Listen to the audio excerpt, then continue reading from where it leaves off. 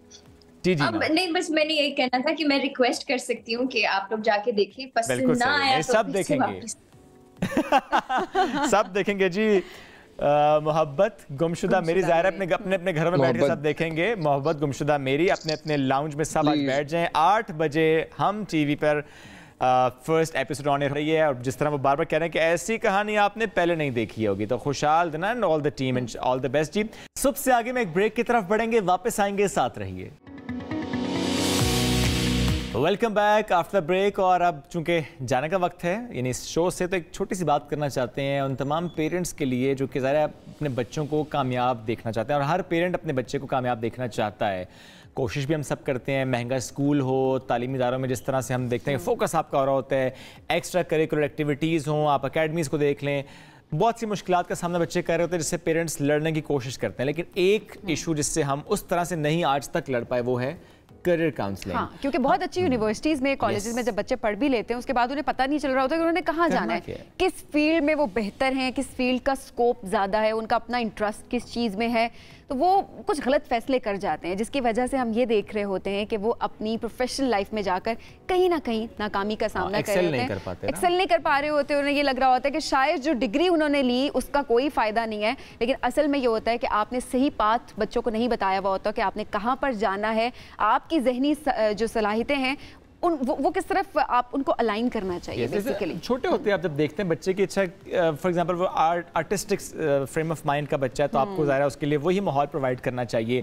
किसी बच्चे की मैथ्स बहुत अच्छी होती है, किसी बच्चे की फिजिक्स, किसी बच्चे की उर्दू अच्छी नहीं होती, दैट्स परफेक्टली ओके। अगर किसी एक चीज़ में आप वीक हैं, आप मेहनत ज़रूर करवाएं उसको, लेकिन जिसमें उसकी स्ट्रेंथ है ना, उस स्ट्रेंथ को पॉलिश ज़रूर आप करें। ये हम सब का फ़र्ज़ है कि अपने बच्चों को ज़ाहिर है कि फोकस करें कि अच्छा अगर ये इसमें तेज़ है, एंकर बनना चाहता है, कॉन्फिडेंट उसके लिए भी पढ़ना पड़ता है, उसके लिए भी पढ़ना पड़ता है। बच्चे नजर आ जाते हैं ना, कुछ बच्चों पे नजर आता है कि अच्छे बन सकते हैं, जो हमारी तरह नहीं बन सकते, वो मेहनत से बनते हैं। लेकिन अमूमन एक तासुर जो होता है वो यही होता है कि लोग कहते हैं कि बातें करनी होती है, इतना क्या होता है। नहीं भाई, इसकी पढ़ाई होती है प्रॉपर, और उसके बाद एक शो के लिए, एक सवाल के लिए एक प्रॉपर रिसर्च होती है जो करके हम यहाँ पे, तो ये एक अलग फील्ड है। हम अपनी फील्ड को डिफेंड करें, डिफेंड करना जरूरी है, लेकिन हर फील्ड ज़रा डिफरेंट है, उसमें ज़रा मेहनत होती है। मुलाकात कल करेंगे, दुआ में याद रखिए। Do give us your feedback. Allah हाफिज़।